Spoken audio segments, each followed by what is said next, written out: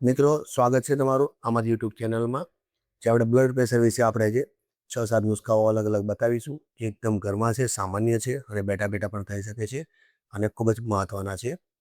તો આ જુઓ, જ્યારે બ્લડ પ્રેશરની વાત આવે છે ત્યારે સમજવું જરૂરી છે કે લો બ્લડ પ્રેશર અથવા હાઈ બ્લડ પ્રેશર કોઈ અલગ બીમારી નથી, પરંતુ તે એક શરીરના અંદરના સિસ્ટમમાં થયેલા અસંતુલનનો સંકેત છે.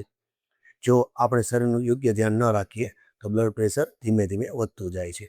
હવે માનો કે કોઈને લો પ્રેશર થઈ ગયું, ગાર્ડન છે, ઓફિસ છે, કોઈ પણ જગ્યાએ, તો તમે એને ખાલી આપણે કોફી આવે જે ₹2 પડીકું આવે, એ તમે એને ચૂસકી લગાવી મોઢામાં નાખી દો, એનું તાત્કાલિક એનું બ્લડ પ્રેશર ધીમે ધીમે હાઈ થવા લાગે. અને તે જ રીતના છે, જો હાઈ થવા લાગ્યું હોય તો હાઈ થવાના ઘણા બધા કેસો છે. તો એને લો કરવા માટે એક સરળ અને નેચરલ ઉપાય છે. પહેલો ઉપાય, એક ટબમાં અથવા વાસણમાં લગભગ 40 સેલ્સિયસ જેટલું ગરમ પાણી લેવાનું છે. તેમાં તમારા બંને પગને ડુબાડી દો. 20થી 30 મિનિટ સુધી રાખીને બેસો. પાણી ઠંડુ થવા લાગે તો બીજા અલગ પાત્રથી એ પાણીમાં ગરમ પાણી નાખ્યા કરવાનું. પાણીનું તાપમાન લગભગ 40-45 સેલ્સિયસ ડિગ્રી રહેશે. જો તમે આ પ્રક્રિયા અડધો કલાક અથવા 1 કલાક કરો તો તમને આશ્ચર્ય થશે કે ઘણા લોકોમાં બ્લડ પ્રેશરની લગભગ 20% સુધી ઘટી જાય છે. ઉદાહરણ તરીકે, જો કોઈને 160 હતો તો લગભગ 140 સુધી આવી શકે છે. સિસ્ટોલિક અને ડાયસ્ટોલિક બંનેમાં ઘટાડો જોવા મળે છે. આ કેમ થાય છે? કારણ કે જ્યારે તમે પગોને ગરમ પાણીમાં મૂકો છો ત્યારે શરીરના બ્લડ વેસલ્સ, રક્તનળીઓ જેને કહે છે, તે ફેલાય છે અને બ્લડને વધુ જગ્યા મળે છે. પરિણામે બ્લડ પ્રેશર ધીમે ધીમે ધીમે ધીમે સામાન્ય થવા લાગે છે. અને આ એક પ્રાકૃતિક રીત છે જેમાં દવા વગર પણ શરીરને રાહત મળી શકે છે. બીજો પ્રયોગ છે કે આ રીતે ચીપટીઓ આપણે કપડાઓને સૂકવીને માથે ઉડી ના જાય માટે ચીપટીઓનું કામ છે. તો ચીપટી પણ બ્લડ પ્રેશરને લો કરવામાં ખૂબ જ મહત્ત્વની ભૂમિકા ભજવે છે, અથવા બેલેન્સ કરવામાં. તો એને આ રીતે 5 આંગળીઓ પર, શક્ય હોય તો 10 આંગળીઓ પર રાખીને 2 મિનિટ, 5 મિનિટ, 10 મિનિટ તમારી ઈચ્છા શક્તિ મુજબ 25થી 30 મિનિટ રાખો તો એકદમ બેટર. સારામાં સારો પ્રયોગ છે. બેઠા બેઠા છે, ઊભા છે, કોઈ પણ જગ્યાએ તમે કરી શકો છો અને તમારા બ્લડ પ્રેશરને નિયંત્રણ લાવી શકો છો, કંટ્રોલ લાવી શકો છો, ઓછું કરી શકો છો. કારણ કે મિત્રો, અગ્નિ, વાયુ, આકાશ, જલ અને પૃથ્વી, એમાં 5 તત્વોનું આપણું શરીર બનેલું છે. તો આ 5 તત્વોને બંને હાથથી આ રીતના પ્રેશરમાં રાખી શકીએ તો બ્લડ પ્રેશર, તમે માનશો નહીં, 20થી 30 દિવસમાં તમારું ઘણું બધું બેલેન્સ, કંટ્રોલ થઈ જશે. બીજી વાત રહી, લો બીપી થઈ જાય તો આપણે પહેલાં કોફી કીધી. બીજું છે સૂર્યનાડી. જમણી નાસિકાને સૂર્યનાડી કહેવામાં આવે છે.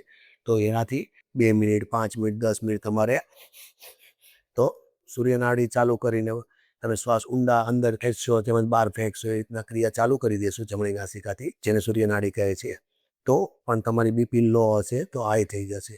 તેમજ હાઈ બીપી છે તો ચંદ્રનાડી એટલે ચંદ્રભેદી પ્રાણાયામ કહેવામાં આવે છે, અને ડાબી નાસિકા, લેફ્ટ નોસ્ટ્રેલ. તો આને શરૂ કરીને ઊંડા શ્વાસ અંદર બહાર ખેંચવા માંડો. 2 મિનિટ, 5 મિનિટ, 10 મિનિટથી 15 મિનિટ તમારી ઈચ્છા શક્તિ મુજબ. તો તમારી બીપી તાત્કાલિક 10થી 12%, 13% ડાઉન થઈ જશે. ઓટોમેટિક કંટ્રોલમાં આવી જશે, ઓછી થઈ જશે. એક પ્રયોગ બતાવી જોઉં છું. આવી રીતે કરવાનું છે. આમ પણ જો તમે ફ્રી બેઠા હોય મિત્રો, તો તમે તમારા શરીર માટે, જો બીપી હાઈ છે, લો છે, તો તમે આ વિડીયો જોઈને તમે બંને પોતે કરી શકો છો. ઘર બેઠા કરો, ઓફિસમાં કરો, કોઈ પણ ગાર્ડનમાં છે, કોઈ પણ સાથે વાતો કરો છો, તો પણ આપણે આપણો આ રૂટીન એક બનાવી લઈએ તો તમે મિત્રો દવાની જરૂર નહીં પડે, ઓર્થોપેડિકની કોઈ પણ પ્રકારની. અને ત્રીજો પ્રયોગ હજી છે કે પગના તળિયા પર તમારે માલિશ કરવાનો છે. તો એમાં કોપરેલનું તેલ લગાવો, જેને પાદાભ્યમ કહેવામાં આવે છે. તો પાદાભ્યમ તમે 10થી 15 મિનિટ ડેઈલી સાંજે સૂતા ટાઈમે કરી લો તો સવાર સુધી તમારી બધે એમાં નસો આવેલી હોય છે. તો પણ બ્લડ પ્રેશરને નોર્મલ કંટ્રોલ કરવામાં ખૂબ જ મહત્વપૂર્ણ ભૂમિકા ભજવશે. કોપરેલનું તેલ અથવા સરસોનું તેલ પણ ચાલે, અને છેલ્લે ના હોય તો ઘી પણ ચાલે, ગાયનું શુદ્ધ ઘી. હવે હજી એક છે પ્રયોગ મિત્રો નવો, કે પાંબરી પ્રાણાયામ. બંને આંખોથી કરીને પાંબરી પ્રાણાયામ. ઊંડો શ્વાસ અંદર ભરી ભમરો ગુંજન કરે, કારણ કે એમાં શ્વાસોની શક્તિ સાથે તમારી સ્વરની શક્તિ બંને મળી જાય છે.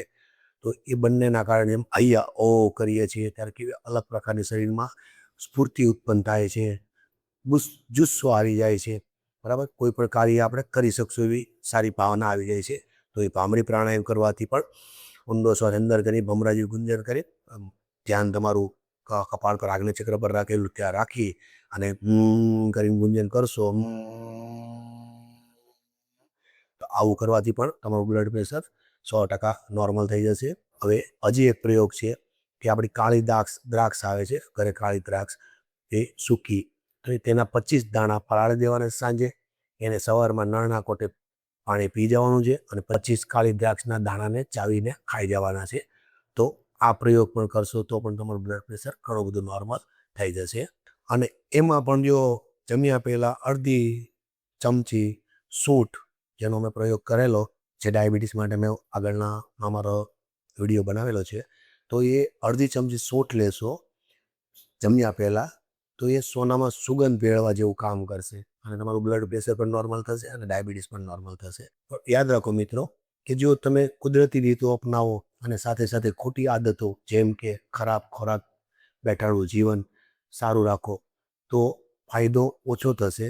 જો તમે જીવનશૈલીને સુધારો તો શરીર પોતે જ તમને સપોર્ટ કરશે. બીજી એક મહત્ત્વની વાત છે મિત્રો, ફિલ્મ સ્ટારો, સેલિબ્રિટીઓને તમારા આદર્શ ન બનાવો. તેઓ બહારથી જે દેખાય છે, જે હંમેશા અંદરથી સચ્ચાઈ એવી હોતી નથી. એ લોકો પોતાના પ્રોડક્ટ માટે બોલે છે પણ પોતે અપનાવતા નથી. આપણે આટલા તમને નુસ્ખાઓ કર્યા છે, આમાંથી કોઈ પણ નુસ્ખો તમે અપનાવશો તો બ્લડ પ્રેશર હાઈ અથવા લો છે એ તમારા તાસીર પ્રમાણે તમે જાણીને કરી શકો છો. તો મિત્રો વિડીયો ગમ્યો હોય તો આય ના કરો પણ પોતાના જીવનમાં જરૂર ને જરૂર ઉતારવા મારી નમ્ર વિનંતી છે. રામ રામ, જય સિયા રામ, ભારત માતા કી જય.